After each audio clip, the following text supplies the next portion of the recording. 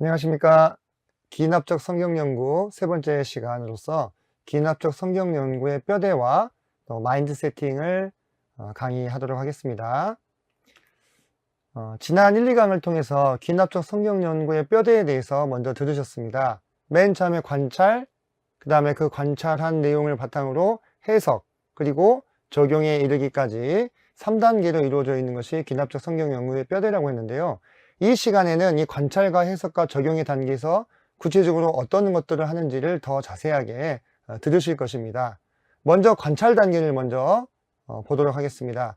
관찰 단계는 크게 세 개의 단계로 나눠서 우리가 생각해 볼 수가 있겠는데요. 읽기 전, 또 읽는 중, 또 읽은 후, 이렇게 세 개의 단계로 나눠지게 되겠습니다. 바로 읽기 전 단계가 마인드 세팅 단계가 되겠는데요. 먼저 기도하자, 그 다음에 듣는 마음을 확인하자, 전에 읽은 내용을 상기하자. 이 세 가지를 통해서 마음을 잘 준비하고 성경책을 읽을 준비를 하는 것이죠.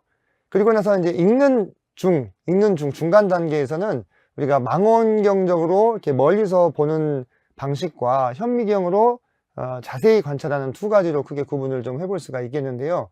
망원경적 관찰에는 장르를 파악하자, 배경을 파악하자, 전체 개요를 파악하자 세 가지가 있고요.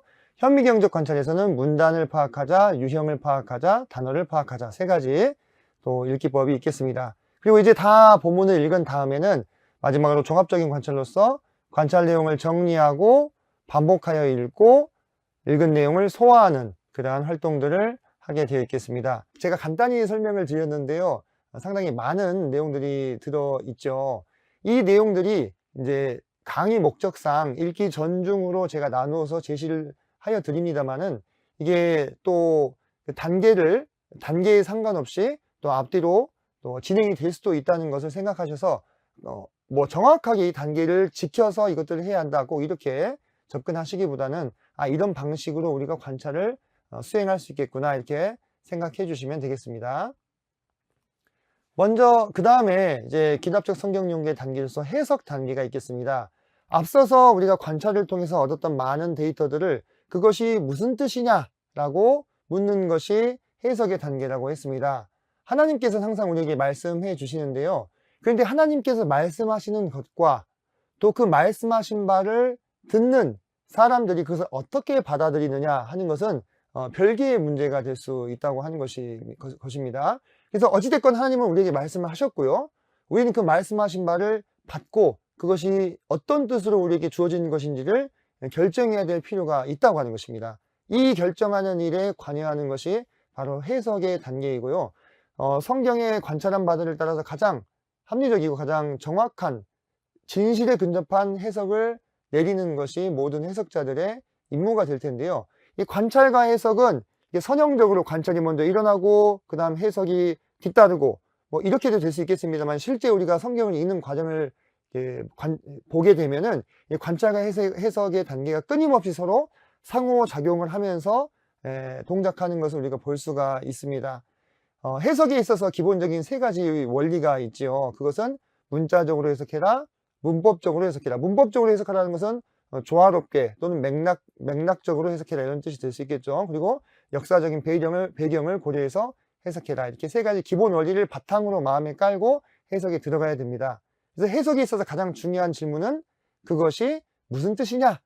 라는 것이죠. 그래서 일반적으로 우리가 그 글을 읽고 그 뜻을 아하 그렇구나 하고 알 수 있는 것이면 크게 다른 어떤 해석의 방식들을 추가로 사용할 것이 없이 그 자체로서 의미가 확정이 되는 것입니다. 그런데 때때로 우리가 보면 어떤 성경에 등장하는 모형이나 또는 예언 또는 비유들은 그냥 읽는 그대로만 우리가 읽는 그대로가 그 뜻이다 라고 말하기에는 좀 아리송한 부분들이 있습니다. 예를 들면 요한계시록에 보면은 이 충성스러운 성도들에게 주실 상급으로 하얀 돌이 나옵니다.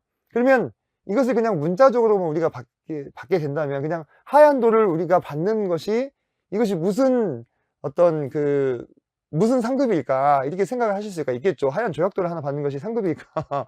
그래서 이런 부분들에 대해서는 우리가 읽은 그대로의 의미가 충분하지 못함을 직관적으로 알 수가 있습니다. 이런 부분들에 대해서는 우리가 조금 더 특별하게 깊이 있게 해석을 시도해야 될 필요가 있는 것이죠. 그래서 우리가 해석을 함에 있어서 그것이 읽은 그대로 해석이 안 되는 경우에, 해석이 된다면 바로 의미를 결정하면 되는데 안 되는 경우에는 왜 해석이 안 되는지를 생각을 해야 됩니다. 근데 그때 왜 해석이 안 되는지를 크게 세 가지로 진단을 할 수가 있습니다. 첫 번째로는 관찰이 우리가 부족해서 그렇다. 두 번째로는 내가 기존에 성경을 풀던, 우리는 모두 우리 머릿속에 나름대로의 해석의 시스템을 가지고 있어요.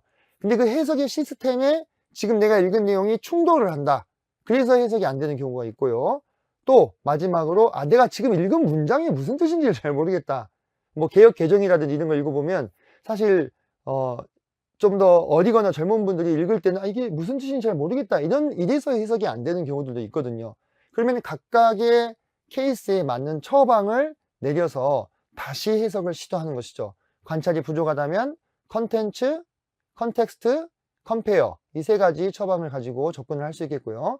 지금 시스템이 좀 충돌한다, 내가 생각하고 내가 알고 있는 것과 좀 다르다 할 때는 컬처나 컨설트를 이용해서 해결을 할 수가 있겠고요.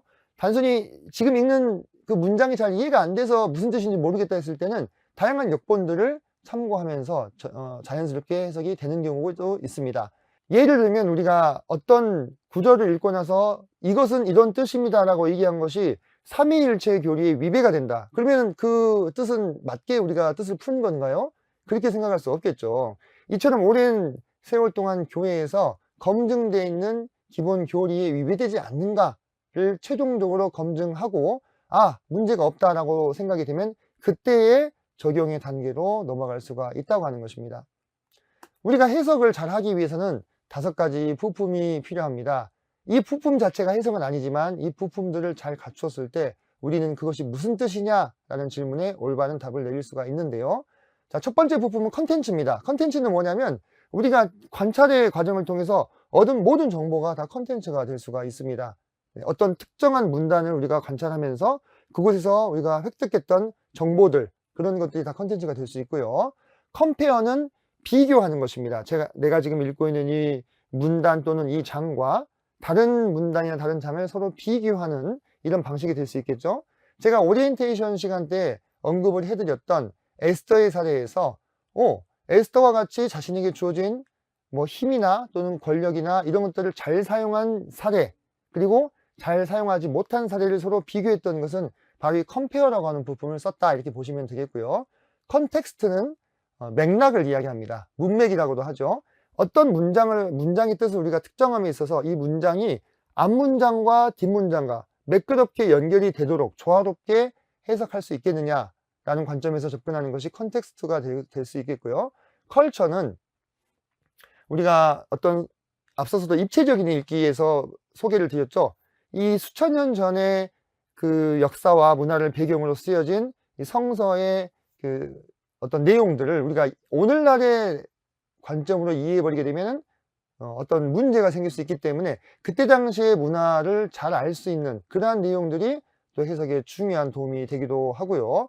마지막으로 컨설트는 이제 이러한 우리가 성경 본문 1차 자료에서 충분히 관찰을 하고 또 다른 본문과 비교하고 또 맥락을 살피고 또 문화적인 요소들을 살폈음에도 불구하고 추가로 더 참조할 만한 그러한 데이터들이 있다고 하는 것입니다. 뭐 원어적인 배경도 될 수 있겠고요. 또 다른 다른 사람들이 써놓은 어떤 주석이나 또는 강의도 될 수 있겠죠. 이런 것들이 다 컨설트, 참조 자료가 될 수 있어서 이 5가지의 부품을 모두 모아서 어떤 특정한 구절 또는 특정한 문단 또는 특정한 장의 이 뜻은 그런 뜻입니다 라고 우리가 해석할 수 있다고 하는 것입니다. 때로 우리가 어떤 주석의 도움을 받으실 때도 있으실 텐데요. 그때 보면은 참 명성이 있는 잘 알려진 성경 교사들이 쓴 주석임에도 불구하고 특정한 구절에 대한 그들의 견해가 서로 상충되는 것들을 보게 됩니다. 뭐 우리가 한 권의 주석만을 참고한다면 문제가 없겠지만 한 권의 주석만을 참고하는 것은 대단히 좀 위험할 수 있기 때문에 최소한 2권 이상의 주석으로 교차 검증을 하시는 게 필요한데요. 그럴 때 서로 상충되는 해석들이 있을 때 우리는 어떤 것을 취할 것인가? 제가 앞서서도 말씀을 드렸죠. 해석의 단계에서는 하나님께서 사람에게 말씀을 주셨는데 그 말씀의 뜻이 무엇인지를 우리가 풀고 받아들이는 것은 또 다른 문제가 될 수 있다고. 우리 사람들은 그래서 어찌됐든지 간에 주님이 주신 말씀에 최이선의 뜻이 이겁니다 라고 결정해야 될 책임이 있다, 이렇게 말씀을 드리는데, 그럼 어떤 것을 결정할 것이냐 했을 때 여러 상충되는 해석들 중에서 어떤 해석이 다른 성경의 지지를 가장 많이 받느냐, 또 두 번째로 어떤 해석이 우리 주님을 가장 우리에게 잘 보여주고 있느냐, 마지막으로 어떤 해석이 성도님들에게 영적인 유익을 더 줄 수 있는 해석이냐, 이렇게 세 가지 기준에 의거해서 어느 한 해석을 결정을 해야 된다고 하는 것입니다. 왜냐하면 이게 왜 그러냐면 이 하나의 이 문장에 대해서는 하나의 해석만이 존재한다고 하는 것입니다. 이것이 해석의 가장 기본인데요. 우리가 그 해석도 좋고 저 해석도 좋고 다 좋지 이렇게 얘기할 수가 없다는 거예요. 너도 맞고 나도 맞다. 이것은 사실 누구도 맞지 않다라는 말과 똑같은 말이 되는 것입니다. 그래서 하나의 성경 말씀에는 하나의 해석이 존재하는 것이고 그 해석은 여러 가지로 적용이 될 수는 있겠지만 그 뜻이 여러 가지일 수는 없다고 하는 것이죠. 그래서 그런데 우리가 여기서 난해함을 느끼는 것이, 그러면 어떤 해석이 맞습니까? 그때그때 예수님께서 나타나서 이게 맞는 해석이다 이렇게 얘기해 주시지 않는다는 거예요. 결국 그것을 결정하는 것은 해석자들의 몫이라고 하는 것입니다. 그래서 제가 앞서 말씀드렸던 이 세 가지 기준이 그런 결정을 내려야 되는 상황에서 참고할 수 있는 기준이 될 수 있겠습니다. 자, 그리고 나면 다음으로 이제 적용의 단계로 우리가 넘어갈 수가 있겠는데요. 우리가 단순히 이 성경 말씀을 관찰하고 그 성경 말씀은 이런 뜻입니다 라고 그냥 알고 결정하고 그냥 만족해 버리는 것은요, 레고로 열심히 장난감을 잘 만들어 놓고 그걸 가지고 더 이상 놀지 않고 그냥 전시만 해 놓는 것과 똑같은 거예요. 사실 진짜 그 레고를 조립한 이유는 그걸 가지고 재미있게 놀고 누리기 위함인 것처럼 우리가 관찰을 열심히 하고 또 해석의 과정을 거쳐서 그 말씀의 의미를 알았다면 이제 그것을 우리 삶 가운데 어떻게 적용할 수 있을 것인가, 그것이 적용 단계에 해당이 된다고 하는 것입니다. 그래서 이제 해석의 울타리를 거쳐서 나온 이 뜻이, 본문의 의미가 내 삶의 어떤 상황과 가장 밀접한 관계가 있는지를 살펴야 됩니다. 우리의 삶의 상황들은요 정말 다양하게 많이 있습니다. 신앙생활의 영역도 있고요, 가정생활, 학교생활, 직장생활, 언어생활, 여가생활, 대인관계, 나의 어떤 물질관, 또 나의 세계관 등등등요. 제가 여기에다 기술하지 못했는데요, 정말 다양한 나라는 존재를 이루고 있는 그 삶의 여러 상황들 속에서 내가 방금 전에 읽고 그 뜻이 무엇인지 알았던 이 성경 말씀이 어떻게 결부가 되는지를 살펴야 되겠죠. 그래서 예를 들면 방금 내가 읽었던 말씀이 나의 언어 생활의 영역과 관련이 있구나. 그렇다면 이 말씀을 바탕으로 해서 내가 어떤 구체적인 실천 목록을 정할 수 있겠는가, 이것을 이제 생각해 봐야 되는데요. 이때 본문에 이렇게 질문을 던지면 좋겠습니다. 본문의 의미, 본문의 뜻에 비추어 봤을 때 내 삶에 구체적인 실천 지침을 추출할 수 있는 9가지 질문이 있다고 하는 것입니다. 자, 내 삶에 따라야 될 모범이 있는가? 또는 내 삶에서 피해야 될 죄가 있는가? 또는 내 삶에서 붙잡아야 될 약속이 있는가? 내 삶에서 드려져야 될 기도가 있는가? 또 내 삶에서 순종해야 될 명령이 있는가? 또 내 삶에서 만족시켜야 될 어떤 조건이 있는가? 또 내 삶에서 암송해야 될 어떤 구절이 있는가? 또 내 삶에서 고쳐야 할 오류가 있는가? 또는 내 삶에서 직면해야 될 어떤 도전이 있는가? 이런 질문을 차례차례 던져보시면서 구체적으로 내 삶 안에서 적용할 수 있는 것을 찾아야 된다는 거예요. 형제를 비판하지 말라라는 말씀을 읽었고 그것이 무슨 뜻인지 그대로 와 닿잖아요. 그죠?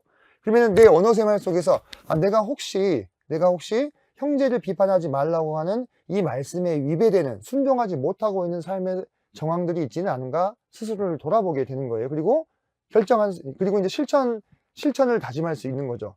그 상태에서 이제 실천 단계에서 첫 번째로 변화를 결심하는 거죠. 내가 전에는 뒤에서 형제들이나 자매들이 허물을 막 이야기하는 사람이었다면 이제는 그렇게 하지 말아야 되겠다. 그래서 두 번째로 계획을 세우라.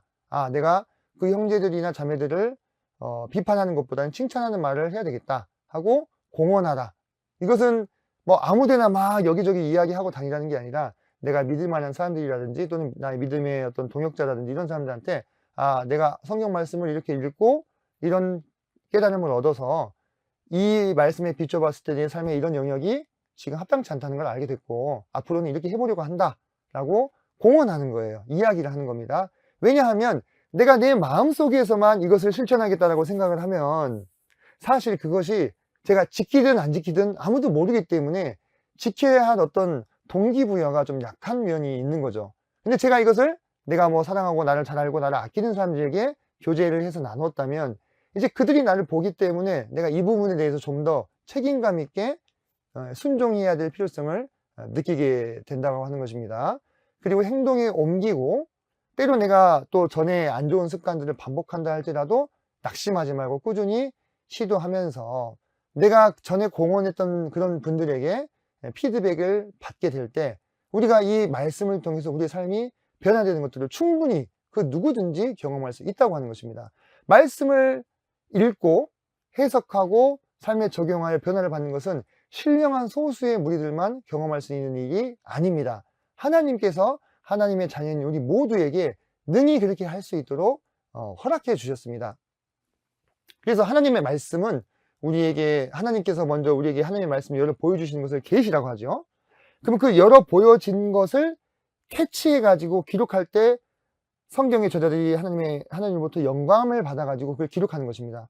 기록된 말씀이 이미 기록된 말씀이 우리 안에 깨달아질 때 성령님께서 우리 안에 그 말씀을 깨닫게 해주시는 것을 조명이라고 합니다. 성령께서 그 말씀을 비추어 주셔서 우리가 그 말씀을 읽고 아 이것이 그런 뜻이구나 하고 알 수 있게 되는 거예요.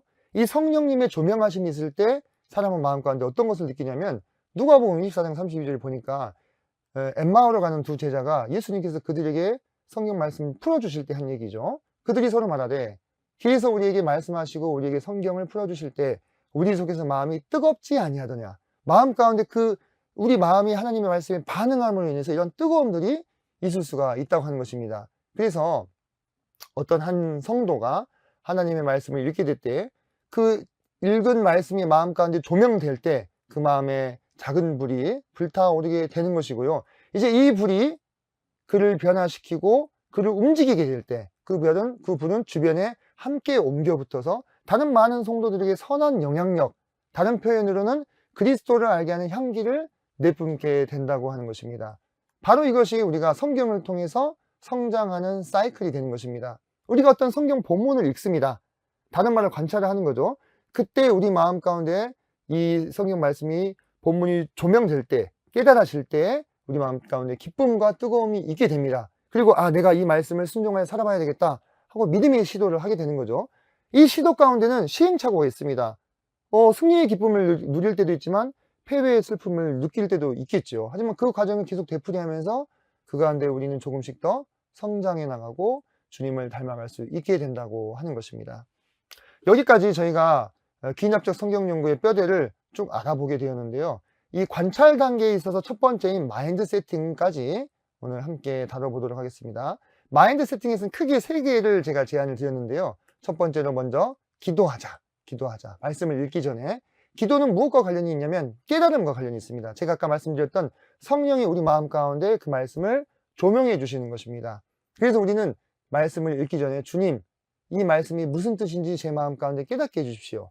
최고의 스승님인 성령님을 통하여 저를 가르쳐 주십시오. 이렇게 기도하시기 바랍니다. 하나님께서 약속하셨습니다. 보혜사 성령께서 그 모든 것들을 생각나게 해 주실 것이라고 약속해 주셨습니다. 다음으로 듣는 마음을 확인하자라는 것입니다. 이 듣는 마음은 겸손과 관련이 있습니다. 겸손은 원어적으로 아래에서 들음이라는 뜻이라고 합니다. 그래서 이 아래에서 겸손한 마음으로 하나님의 말씀을 들을 때 우리 마음 가운데 순종하고자 하는 마음이 생기게 되는 것입니다. 그래서 우리가 성경을 읽는 목적은 성경 박사가 되어가지고 자기 지식을 그냥 다른 사람들한테 자랑하기 위함이 아니죠. 하나님의 말씀을 우리가 듣고 순종하기 위해서 읽는 것입니다. 그러므로 말씀을 읽기 전에 우리 마음 가운데 사무엘의 마음이 있는지를 체크해야 됩니다. 사무엘이 하나님께서 부르실 때 뭐라고 얘기했습니까? 사무엘이 이르되 말씀하옵소서 주의 종이 듣겠나이다. 이 마음을 가지고 우리가 말씀을 읽어야 합니다. 그렇지 않는다면 주님께서 우리에게 무슨 말씀을 하신다 하여도 좋은 말씀이었어. 아멘이 되네 하고 거기서 그칠 뿐이라는 거죠. 근데 만약에 그렇다면 그것이 하나님께서 진정으로 우리에게 이 성경 말씀을 주신 목적을 충족한다고 할 수 있겠냐는 것입니다. 그래서 말씀을 읽기 전에 내 마음 가운데 정말로 듣는 마음이 있느냐 이것을 점검할 필요가 있겠고요. 마지막으로 전에 읽은 내용을 잠깐씩 상기하자. 라고 제안을 드리고 싶습니다. 이 상기하는 과정은 다른 표현으로 묵상이라고 할 수 있겠죠. 그래서 사실 제가 어떤 강의 목적상 읽기 전 단계로 분리해 놨지만 이 상기하는 단계는요, 읽기 전이나 읽는 중이나 읽은 후에도 계속 이어지는 과정입니다. 이 묵상의 과정은 마음에 새기는 것과 관련이 있습니다.